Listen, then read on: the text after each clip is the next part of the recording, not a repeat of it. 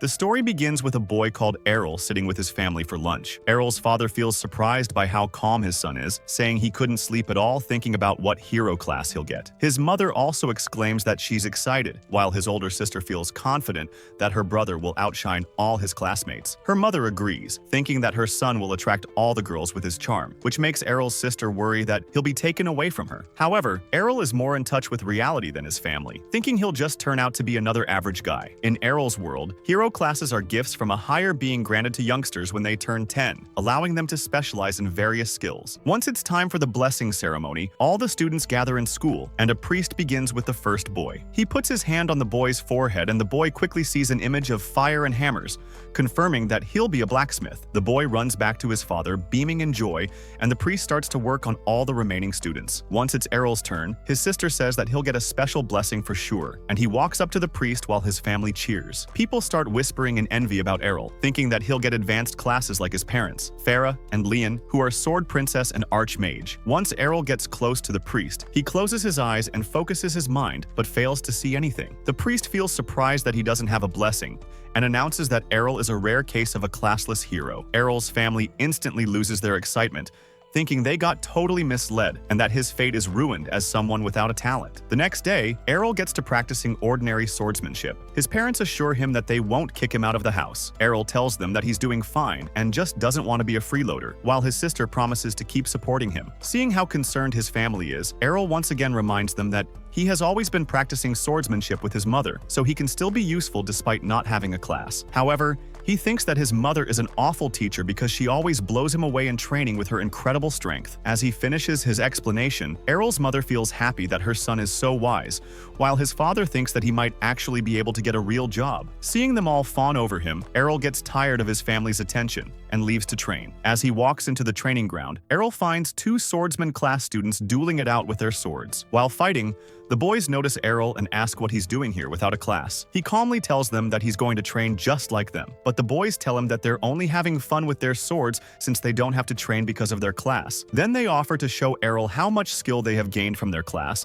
and start sparring once again. While watching them fight, Errol notices how smooth their movements are because of the swordsman class and asks them to fight him. One of the boys laughs at his audacity for challenging him without a class, but Errol thinks that he doesn't need one. Feeling insulted, the boy accepts Errol's challenge to teach him a lesson. Before fighting, the boy asks Errol to make sure he still has the protection blessing, which is a temporary shield everyone gains at birth that recharges when the user isn't receiving damage. Errol nods and confirms that he won't lose his life to the boy's powerful attacks, and tells him to get ready for the duel. Enraged by his constant taunting, the boy charges at Errol and swings his sword, but he easily parries it to his shock. Then Errol dodges another slash before locking the boy in a parry. The boy's partner thinks he's just having fun and tells him to finish the match, but he tells him that Errol isn't so easy to fight. As they continue trading parries, the boy realizes he can't beat Errol on his own, so he cheats and asks his partner to gang up on him. The other boy jumps at Errol from behind, but he senses the attack and dodges it. Watching the two boys argue with each other,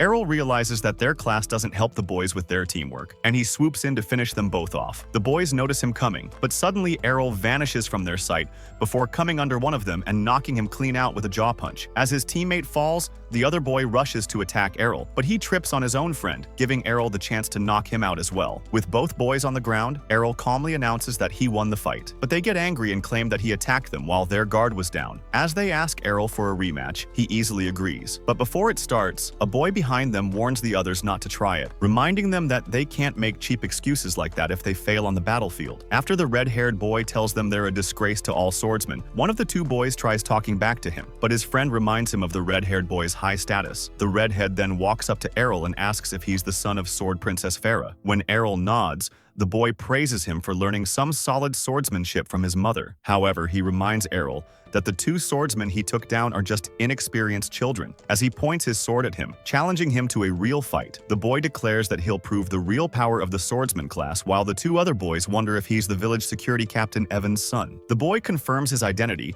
and Errol remembers that his father used to contact his mother to hunt monsters. Errol thinks that the cute boy looks nothing like his father, and wonders if he'll also turn into a gruff-looking man. The boy's shoulders start trembling as he praises his father for being a powerful swordsman and wise mentor. He thinks it's unfair that despite his father's great qualities, Errol's mother unfairly took away his father's title of the village's strongest swordsman. At his jealous words, Errol realizes that the boy is just taking out his frustration on him because he dislikes his mother, and the redhead feels embarrassed to get called out, but asks Errol if he thinks the same. Errol confirms that his mother is the strongest person in their village, but the boy tells him that he inherited the best swordsman talent from his father, so he'll defeat Errol to prove that his family is superior. After calming down, the boy tells Errol that he already became a swordsman a year ago, and has been training hard under his father ever since. With his dedicated practice, the boy thinks he has no chance of losing. However, Errol reminds him that he also received guidance from his powerful mother, so he's not going to lose against him. Both boys raise their swords to begin the fight,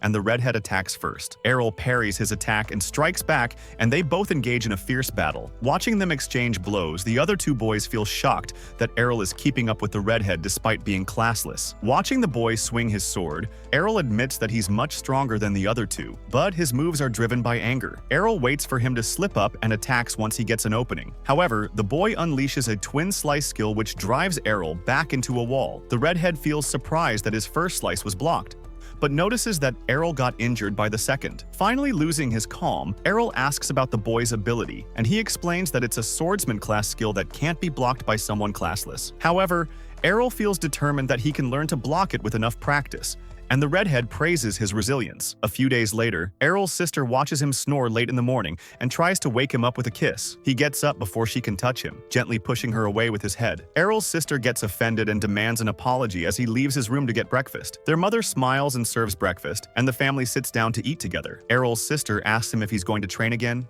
and he nods. This angers her, and she tells him to take it easy and let her support him. However, Errol ignores her and gets up to leave, and his sister wonders why he's been going out to train daily ever since he returned home beaten and tired. Farah reassures her that Errol will be fine, explaining that they have a secret she doesn't know. She takes her daughter outside and opens a chest full of broken swords, revealing how hard Errol has been training the past few days. While his sister feels surprised, Errol's mother feels happy that her boy got inspired after dueling with other kids. Errol's determination also cheers up his sister, but she still wants to create a world where classless people like him aren't discriminated against. While her mother smiles at her noble goal, meanwhile, in a forest, Errol strikes at a training target on a tree before backing up for an attack. He then unleashes a twin slice just like the redhead and feels satisfied with his power. While Errol thinks getting beaten up by the redhead was worth it, a goblin silently stalks him in some bushes. It jumps out to attack with its club, but Errol turns around and defeats it with a twin slice while Errol feels happy with his skill's power. A large monster roars behind him. He turns around to report the monster's appearance to village security,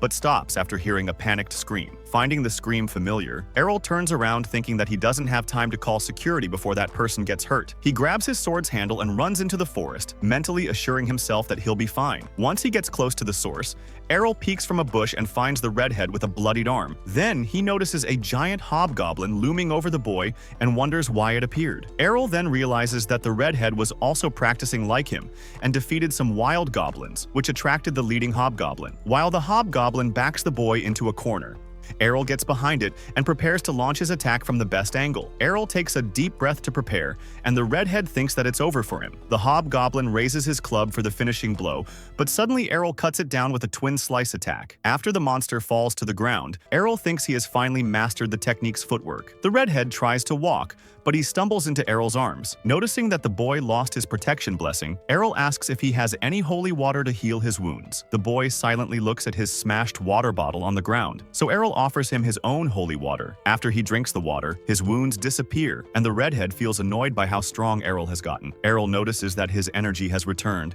and the boy thanks him for his water before asking again about his powerful skill. Errol calmly reminds him that it's just a twin slice, but the boy asks how he learned it without a class. Knowing that ordinary people can't learn special skills, Errol explains that he pushed his training to the limits for this one. The redhead feels confused, so Errol explains that he learned the skill by adjusting to its timing and footwork. Then Errol tells the redhead that he was the most important resource since he helped him understand the skill after beating him up dozens of times with it. While the boy feels overwhelmed by this information, Errol tells him that he's been training the twin slice skill to defeat him in their rematch. Feeling impressed by Errol's dedication, the redhead accepts his rematch challenge. Errol asks him if he's sure, but the boy tells him it's the least he can do after he saved him and healed his wounds. Errol feels surprised that he knows how to repay favors, and the boy feels insulted by his low opinion of him. Soon, Both boys get ready with their swords and begin their duel with a twin slice at the same time. While feeling shocked that Errol blocked both of the slices, the redhead gets hit by a surprise attack. He wonders what it was, and Errol tells him that he added a third slice. The redhead reminds Errol that it's called twin slice, but Errol explains that because he didn't get a predefined skill from a class, he can mold his technique into whatever he wants. He reveals to the boy that this was his first time successfully using the third strike, which leaves him even more frustrated. The redhead thinks that a swordsman's skill isn't supposed to lose to anyone, so Errol tells him he'll prove it in another match. Both boys raise their swords again,